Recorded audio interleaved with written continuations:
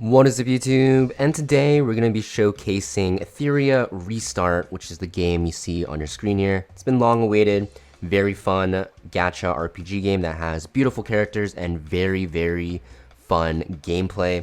There's a ton of game modes you can play through. The summoning and the characters that you can get, which are animuses, are very nice. And we're going to showcase just all of that into this video today. So this game comes out actually on June 5th. At 6 p.m. Beijing time. It's going to be available on the Google Play Store and also the App Store. And you'll also be able to get this on Steam if you want later on at a later date. And if you are playing from your PC, you'll be able to download it directly from the official website. Make sure you guys use my link down below in the description box or pinned comment to actually get started. Also, before we actually showcase this game, I want to talk about a disclaimer. This content is based all on an early access media build for content creators like me. So all this information is actually subject to the final game content upon official release on June 5th. So I want to show you guys actually first the characters. The biggest thing is going to be characters for pretty much every single RPG game. And you're going to see that there is a long list of characters. This is how many they have just from game release, which is a pretty long list, honestly, and it's pretty exciting. Because a lot of these characters you're going to see are beautifully designed, and a lot of them are very unique in how they're designed as well, which is a great thing. You don't have just the characters all looking the same or all being females. You have a lot of males and females mixed in, and you're going to see that designs are very cool as well. Example, Chloros looks pretty badass in my opinion, right? So you can see that these characters all have different skills that make them very strong. For example, Beyontin is a pretty powerful support if we actually look at her prowess, which is basically your skill kit. You can see that she has one of these skills that actually reduces skill cooldowns of your animuses and makes one immediately take their turn, which is very powerful as a support. You're going to see that there's a lot of different skills here. If you look at this guy, pretty good damage dealer. You can see he does just a ton of damage and deals extra damage equal to the target's lost HP. So just kind of like an executing damage dealer. And you can see you can build your team comps with those roles in mind, but also with these affinities in mind. So like a lot of other games that have, gacha RPG in them, you have this like system of elements or affinities in this case. And, when you attack affinities that you're strong against, you get extra crit chance and damage. If you attack ones you're weak against, you'll see you get less crit chance, less damage, and less accuracy. So you definitely want to make sure that you construct your team compositions for whatever content you're tackling, whether it be for PvE or PvP. Now those other characters, you can see that they look very nice. The biggest thing though, alongside that, is going to be actually summoning, right? If the characters look cool, that's great, but it really matters if you can get them or not. And I think this game, Etheria Restart, does a great job in allowing you to get, a lot of characters because you're going to see at the start of the game, you're going to have this targeted summon. And this targeted summon is basically a banner which you can actually choose from this SSR list, which is the highest ranked characters basically.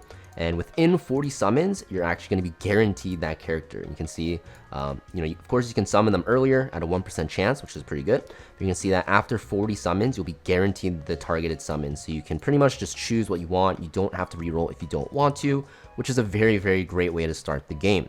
Of course, there are other banners out here that will allow you to pull for constant or disorders, which is basically like ML characters. You have that kind of banner.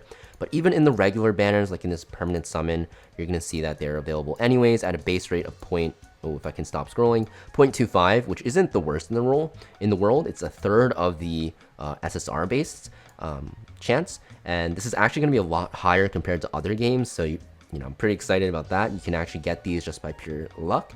But even the base chances are not the worst.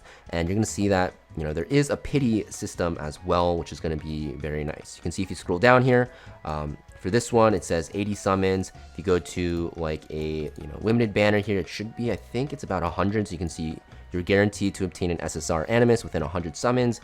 So you can actually just summon and not get screwed over by RNG because you'll eventually hit the pity, which is very nice.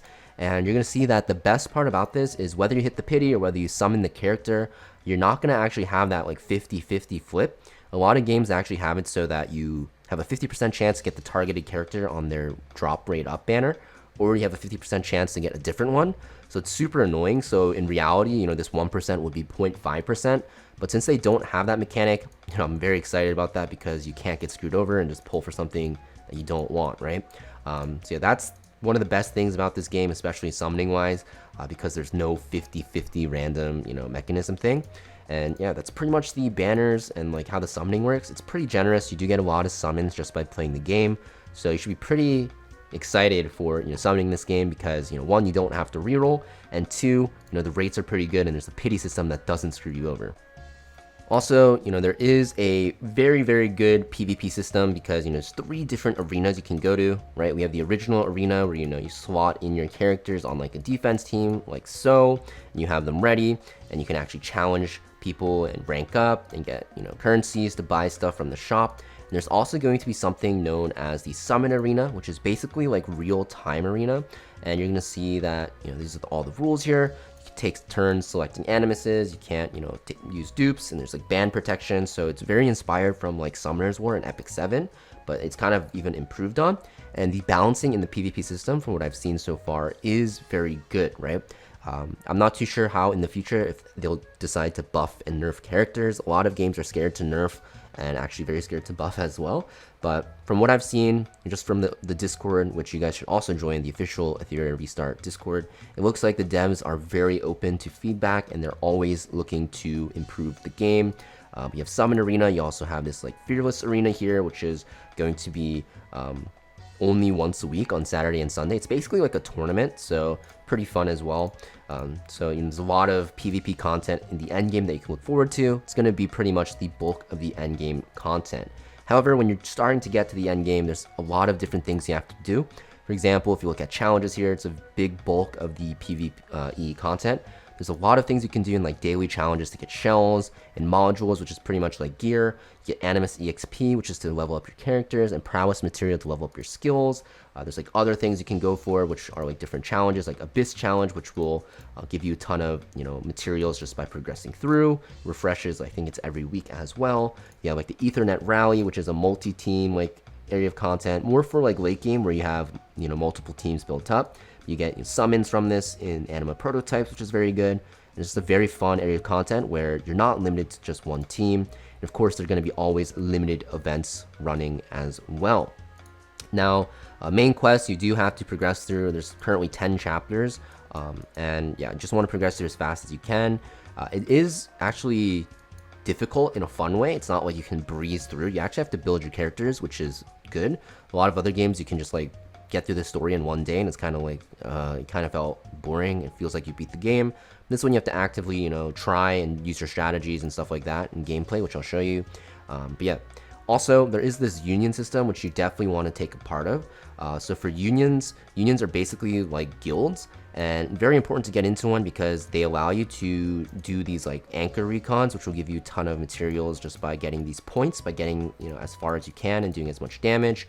There's also going to be weekly quests you can do for this currency and for materials, and with the currency you can use the union shop here to buy stuff, which will actually allow you to even get summons. And you'll also be able to do United Front, which is going to be like Guild Wars, which we'll be releasing at a later date. So definitely make sure you guys join a union. My union's name is Guild right now on the test servers. So whatever union you decide to join, make sure it's active so you guys can actually reap the rewards and benefits.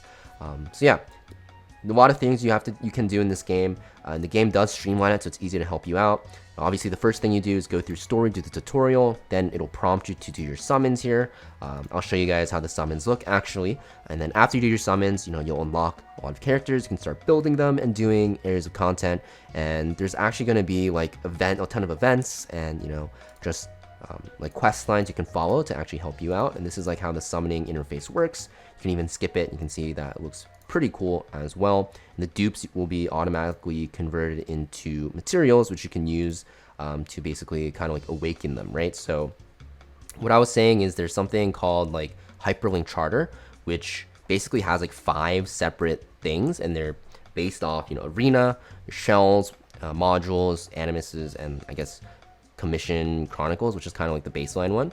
And you basically just fill out all of these, and you can see that there's a ton at the top going up to master, and it basically just streamlines the game for you, and you get a ton of good beginner rewards. This is kind of the thing you want to follow at the beginning of the game if you're unsure of what to do. And with the main character Leanne, which is like the first SSR you get for free, you definitely want to try to max her out as fast as you can to get a ton of stuff, and she will pretty much carry you through the early game. There's a lot of other stuff you can go through here. You eventually do want to fill this out. So if you guys ever feel lost, you just press this button up here, hyperlink charter, and you will be able to progress through the game very smoothly because it gives you a ton of new player rewards and other stuff. Also, there's a ton of events going on. Yeah, there's so many just from, being like leveling up and stuff like that. And there's also check-in events that are also available. You'll also see, for example, there's going to be, just this global invitational for EWS, which is going to be for just PvP tournaments, kind of like the World Championships. There's this daily check-in event at the start of the game, which gives you 5 summons every day and 10 on the last, which is great. You'll also see there's just a ton of other stuff going on. Task progress, which ends in 217 days, you see. At the end, you'll be able to get an outfit, which is very cool, and you get summons along the way. There's a growth boost, which will end as well in 217 days. Just by leveling up, you'll be able to get another outfit, but you'll get a lot of these Hydra crystals and other stuff in a perfect lattice, which is very good, and even summons. So you can see just by clicking event here, there's also a ton of stuff you can do. Make sure you guys actually clear out these events as much as you can because it's just free materials and it will help you in your account progression. So yeah, a lot of stuff coming to the game, which is very nice. And I'm sure you guys are wondering what the gameplay actually looks like. So I will actually show you guys what the gameplay looks like in like PvE right now. So this is me loading into the story mode here. You can kind of see that it is like open world. It's not like you just press stuff.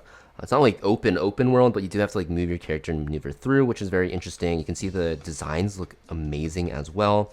This is the story, which you can actually play through if you want, or if you want to just skip through right away, you can press skip. But you can see that you're pretty much like watching an anime RPG, which is extremely fun to follow. The story is actually very nice as well. I followed through the entire thing while playing through it. Definitely recommend in your first playthrough to actually watch the story. They put in a lot of time and effort in it. You can see, this is the battle starting right away.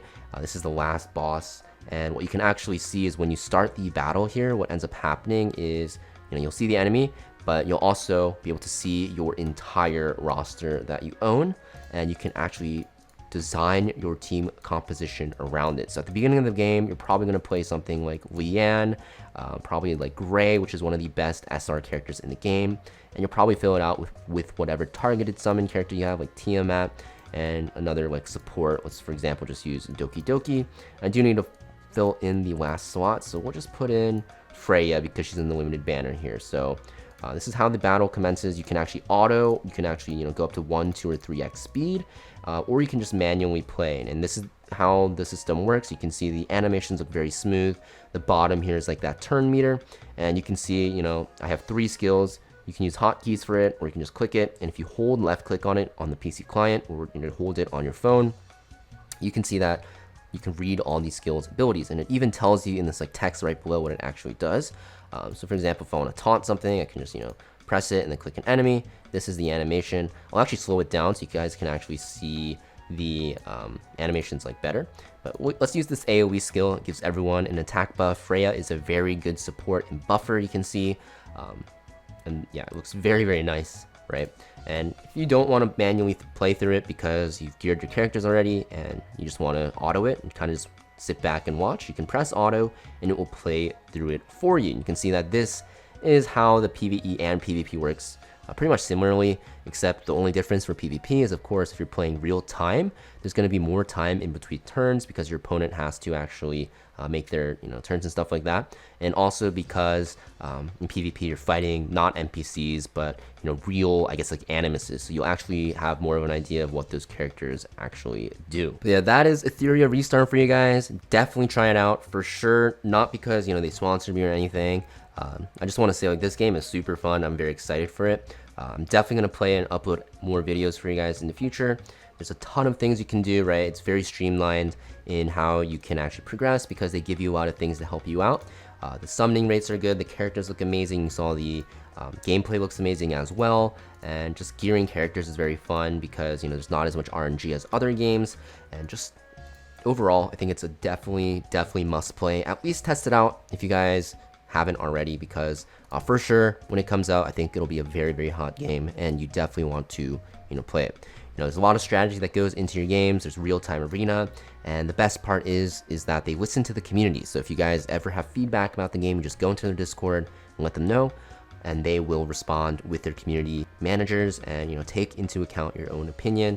A lot better than other games, reception to feedback, which I'm not going to talk about here, but you guys get what I'm saying.